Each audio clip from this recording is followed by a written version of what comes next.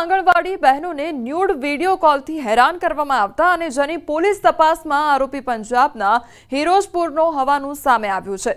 આરોપી કુરજીતસિંહ રાયસી આંગણવાડી બહેનોને video call કરી અશ્લીલ હરકતો કરતો તો 50થી વધુ આંગણવાડી બહેનોને બપોરે અને રાત્રે વિડીયો કોલ કરી અભદ્ર અને અશ્લીલ હરકતો કરતો હતો। રાત્રિના સમયે નશાની હાલતમાં રેન્ડમ નંબર પર ફોન કરી તેની સિરીઝમાં ફોન કરી અશ્લીલ હરકતો કરવાનું બહાર આવ્યું હતું। આરોપીની અટક કરી કોર્ટમાં હાજર કરી કાયદેસરની કાર્યવાહી હાથ ધરવામાં આવી છે। फिरोजपुर जिल्लामांथी ना एक गाममांथी गुरजीतसिंह मेहिलसिंह रायसिंह नामनो व्यक्ति आ रीते महिलाओने विडियो कॉल थी कॉल करीने अश्लील हरकतो होवानुं तपास दरमियान जणाई आवता आ आरोपीने गईकाले गुनाना कामे धरपकड़ करवामां आवेली छे। અમદાવાદમાં સાબરમતી રિવરફ્રન્ટ પર ક્રૂઝ સેવા ફરી એકવાર શરૂ કરવામાં આવી છે। 4 મહિનાથી ક્રૂઝ સેવા બંધ હતી, હવે ફરી સેવા શરૂ થતાં ઓનલાઈન બુકિંગ થવાનું શરૂ થઈ ગયું છે। જન્માષ્ટમીના તહેવારને લઈ ક્રૂઝમાં વિશેષ આયોજન કરવામાં આવ્યું છે। મટકી ફોડ કાર્યક્રમ પણ ક્રૂઝમાં કરવામાં આવશે, જેના માટે એડવાન્સ બુકિંગ થઈ રહ્યું છે। સાથે ક્રૂઝમાં કેફે પણ શરૂ કરવામાં આવ્યું છે, જે રાત્રે 11 થી 4 વાગ્યા સુધી ચાલુ રહેશે। છેલ્લા 4 મહિનાથી જે આપણે વાત કરી કે રિવર ક્લિનિંગ માટે શરૂ કરી હતી અને ક્રૂઝ વરસાદના કારણે પણ બંધ હતી, પણ ગઈકાલથી ક્રૂઝ શરૂ થઈ ગઈ છે અને ખૂબ મોટી સંખ્યામાં પ્રવાસીઓ પણ ત્યાં આવતા થયા છે અને આવનાર સમયની અંદર ક્રૂઝ રાબેતા મુજબ જ હવે ચાલવાની છે। બુકિંગ શરૂ થઈ ગયું છે અને ખૂબ મોટી સંખ્યામાં લોકો રાતે આવતા પણ થયા છે। સાથે સાથે જે સિંધુ ભવનમાં કે જે એક મોડર્ન વર્ક જે છે, યુથ જે છે, એમને આકર્ષવા માટે રાતનો કેફે પણ અત્યારે રિવર ક્રૂઝ ઉપર ચાલુ થઈ ગયેલું। અમદાવાદ સાબરમતી રિવરફ્રન્ટ ખાતે ક્રૂઝનો નજારો છે તે હવે સહેલાણીઓ માણી શકશે, કારણ કે ફરી એક વખત ક્રૂઝને શરૂ કરી દેવામાં આવ્યું છે। છેલ્લા 4 મહિનાથી બંધ હાલતમાં હતું, ધૂળ ખાઈ રહ્યું હતું, કારણ કે સાબરમતી જે નદી છે તેનું પાણીનું લેવલ છે ખૂબ જ નીચું રાખવામાં આવ્યું હતું, કારણ કે જ્યારે પણ વરસાદ આવતો હોય છે અને વરસાદ આવે તેવા સંજોગોમાં જો નદીમાં પાણી ભરેલું હોય તો શહેરના વિસ્તારમાં પાણી ભરાય છે, તેનો જલ્દી નિકાલ નથી થતો। તેના માટે જ પાણીનું લેવલ છે સાબરમતીમાં ઘટાડી દેવામાં આવે છે ચોમાસા દરમિયાન, અને ત્યારબાદ ફરી એક વખત સાબરમતી નદીમાં તંત્ર દ્વારા જે પાણી છોડવામાં આવ્યું છે એ સાબરમતી નદી છે બંને કાંઠે વહેતી થઈ રહી છે અને તેના કારણે ફરી એક વખત ક્રૂઝ છે તે શરૂ કરી દેવામાં આવ્યું છે અને હવે સહેલાણીઓ ક્રૂઝમાં બેસી અને રિવરફ્રન્ટનો નજારો માણી શકશે। કેમેરામેન પંકજ મકવાણા સાથે વિભુ પટેલ, ન્યૂઝ 18 ગુજરાતી, અમદાવાદ। રાજકોટ ગ્રામ્ય લોકલ ક્રાઇમ બ્રાન્ચની ટીમે મંદિરોમાં લૂંટ તેમજ ઘરફોડ ચોરી કરનારી ગેંગના 3 સભ્યોને ઝડપી પાડ્યા છે। ક્રાઇમ બ્રાન્ચની ટીમને બાતમી મળી હતી, જેના આધારે લોકલ ક્રાઇમ બ્રાન્ચની ટીમ દ્વારા લૂંટ ચલાવનારી ગેંગના 3 સભ્યોને ઝડપી લીધા છે। પોલીસની પૂછપરછમાં આરોપીઓ દ્વારા જાણવામાં આવ્યું છે કે તેઓ હાઈવે ઉપર આવેલા તેમજ હાઈવેથી નજીક હોય તેવા મંદિરોને ટાર્ગેટ કરતા હતા, તેમજ જે મંદિરમાં લોકોની અવરજવર ઓછી હોય તેવા જ મંદિરમાં લૂંટનો પ્લાન ઘડવામાં આવતો હતો। તો સાથે જ જે મંદિરોમાં મહંત કે સાધુ એકલા રહેતા હોય તેવા મંદિરોને લૂંટ માટે પસંદ કરવામાં આવતા હતા। આ લોકો પહેલા રેકી કરતા હતા, જે મંદિરો હાઈવેની નજીક આવેલ છે ત્યાં જ આ લોકો લૂંટને અંજામ આપતા હતા। પહેલાં રેકી કરી લે અને પછી એવા મંદિરોને ટાર્ગેટ કરે જ્યાં વધારે લોકોની અવરજવર નહીં હોય અને મહંત કે સાધ્વી લગભગ એકલા રહેતા હોય। તો આ રીતે આ ટોળકી જે છે આ ઘટનાઓને અંજામ આપતી હતી।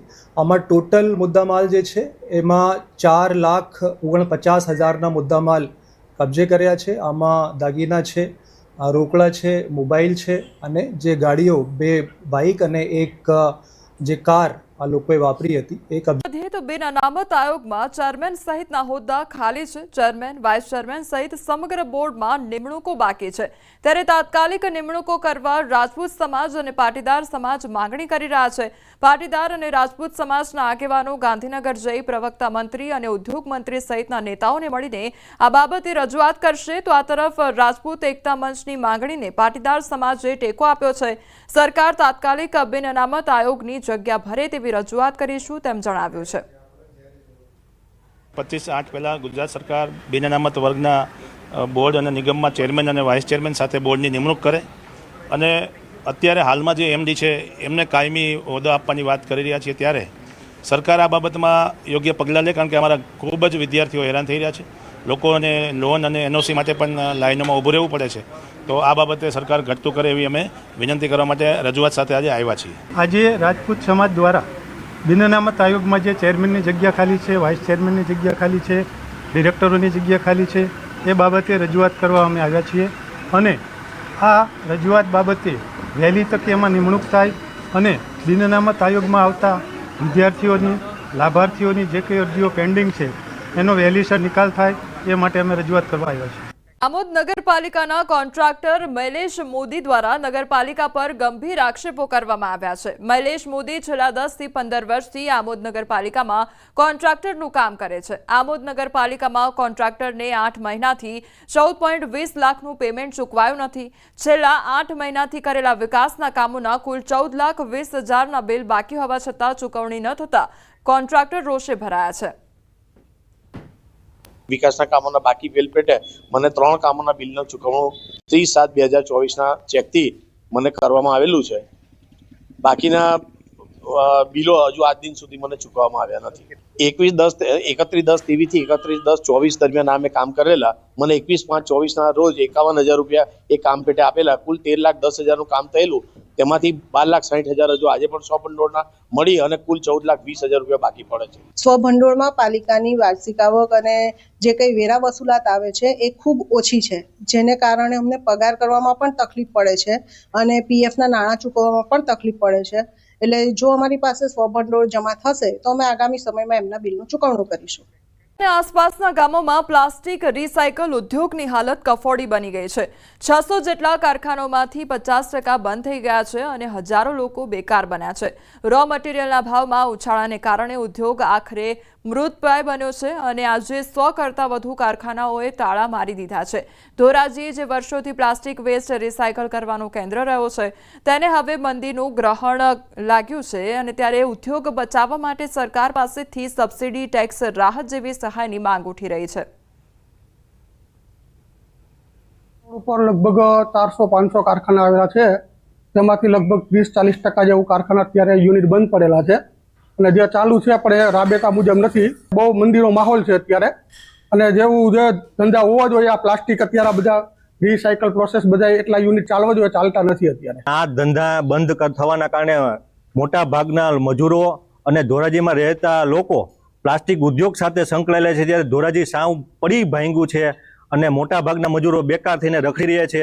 યુવાનોને પણ નોકરીઓ મળતી નથી અને આ મંદીના કારણે ધોરાજી ખૂબ મુશ્કેલ હાલતમાં ધંધા રોજગારી ક્ષેત્રે ભોગવી રહ્યું છે. કારણ કે મુખ્ય જ ધંધો ધોરાજીનો જો પ્લાસ્ટિક ઉદ્યોગ છે અને એ જ પડી ભાંગે તો ધોરાજીના લોકો અહીંથી હિજરત કરે એવી પરિસ્થિતિ સર્જાણી છે. અને 25 થી 30%, બીજી 25 થી 30% 24 કલાકને બદલે 12 કલાક જ ચાલે છે. એટલે અમારે અત્યારે મંદીનું માહોલ છે અને અમને ખૂબ જ ચિંતા થઈ રહી છે કે આવનારા સમયની અંદર અમારા ઉદ્યોગનું શું થશે. અને બીજું જે બહારથી મજૂરો આવે છે તેને અમે રોજગારી અત્યારે મંદીને કારણે રેગ્યુલર આપી નથી શકતા, એટલે બહારના મજૂરો અમારે ત્યાં રહેતા નથી, એટલે મજૂરોની પણ તકલીફ છે.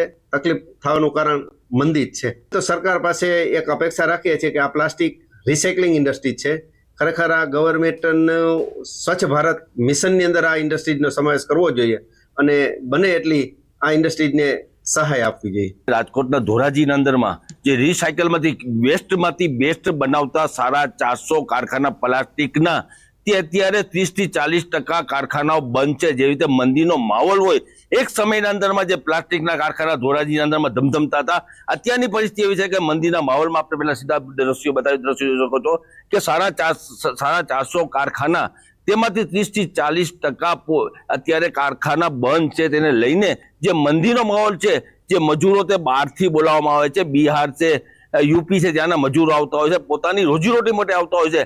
પણ અત્યારે જે મજૂરો છે તેને છૂટા કરવાની નોબત આવે છે. જે મંદીનો માહોલ છે તેને લઈને અત્યારે સરકાર પાસે જે કારખાના માલિકો છે તે આજીજી કરી રહ્યા છે કે સરકાર દ્વારા કોઈ યોજના કરવામાં આવે કે અત્યારે જે કારખાના પહેલે જે કારખાના ધમધમતા હતા તે ધમધમતા શરૂ થાય તેવી અત્યારે માંગ કરી રહ્યા છે. મુનાફ બગાડી, ગુજરાતી, ધોરાજી. જંબુસરમાં પાત્રતા વગર સસ્તા અનાજ મેળવનારા સામે કાર્યવાહી તેજ કરવામાં આવી છે. પૈસાદાર રેશન કાર્ડ ધારકો સામે મામલતદાર દ્વારા કડક કાર્યવાહી શરૂ કરાઈ છે. 25,000થી વધુ રેશન કાર્ડ ધારકો પાસે 25 લાખથી વધુ આવક, જમીન ટેક્સ રિટર્ન અને MCA ડાયરેક્ટર હોવાના પુરાવા મળતા નોટિસ પાઠવવાની પ્રક્રિયા શરૂ કરાઈ છે. 18 ડાયરેક્ટરો સહિત અનેક લોકોમાં ફફડાટ ફેલાયો છે. KYC પ્રક્રિયા બાદ ખુલાસો થતા સરકાર તરફથી આ પગલાં લેવામાં આવ્યા છે. જે NFSA કાર્ડ ધારકો છે અને નામદાર સરકારશ્રીમાંથી મફત અનાજ મેળવે છે તેવા તમામ NFSA કાર્ડ ધારકો જે ખોટી રીતે અનાજનો જથ્થો મેળવે છે, જેમ કે 25 લાખથી વધારે આવક છે, 6 લાખથી વધારે આવક છે, 1 હેક્ટર કરતાં વધારે જમીન ધારણ કરે છે, કંપનીના ડાયરેક્ટરો છે, તેવા 25,000 ઉપરાંત રેશન કાર્ડ ધારકોને હાલ નોટિસ આપવાની કાર્યવાહી ચાલી રહેલ છે. બનાસકાંઠાના ખેમાણા ટોલ ટેક્સમાંથી મુક્તિ માટે ખેડૂતો આંદોલન કરવા માટે તૈયાર છે. 20 કિલોમીટર સુધીના ગ્રામ્ય લોકો માટે ટોલ માફીની માંગ પ્રબળ બની છે, તો 18 ઓગસ્ટે હજારો ખેડૂતો રસ્તા રોકી વિરોધ કરવાની ચીમકી ઉચ્ચારી રહ્યા છે. ત્યારે પ્રોજેક્ટ મેનેજર શૈલેન્દ્રસિંહ રાજપૂતે સ્પષ્ટ કર્યું કે ટોલ પ્લાઝાથી 5 કિલોમીટરમાં આવેલા ગામોના લોકોને માસિક પાસ લેવો ફરજિયાત છે. માસિક ₹350નો પાસ મેનેજમેન્ટને કહી ₹100 કરવામાં આવ્યો, પરંતુ ટોલ માફીની કોઈ જોગવાઈ નથી. એલિજિબલ કરાવડાયો, જેની અંદર ઘણા લોકોએ અરાઉન્ડ 50થી ઉપર લોકોએ પાસ પણ બનાવ્યા છે અને લોકોએ સ્વીકાર પણ કર્યો છે, પણ ક્યાંક ને ક્યાંક અમુક લોકો દ્વારા એનો અસ્વીકાર કરી અને આ રીતનું વલણ અયોગ્યમાં લેવામાં આવ્યું છે. ટોલ ટેક્સને લઈને ખેડૂતોની માંગણી સ્વીકારવામાં નહીં આવે. ટોલ ટેક્સ દ્વારા તો એક જ વસ્તુ છે કે જે રૂલ્સ એન્ડ રેગ્યુલેશન્સ છે એને જ ફોલો કરવામાં આવશે. રૂલ્સ રેગ્યુલેશનમાં જે 350નો માસિક પાસ છે એને જ સ્વીકાર કરવામાં આવશે.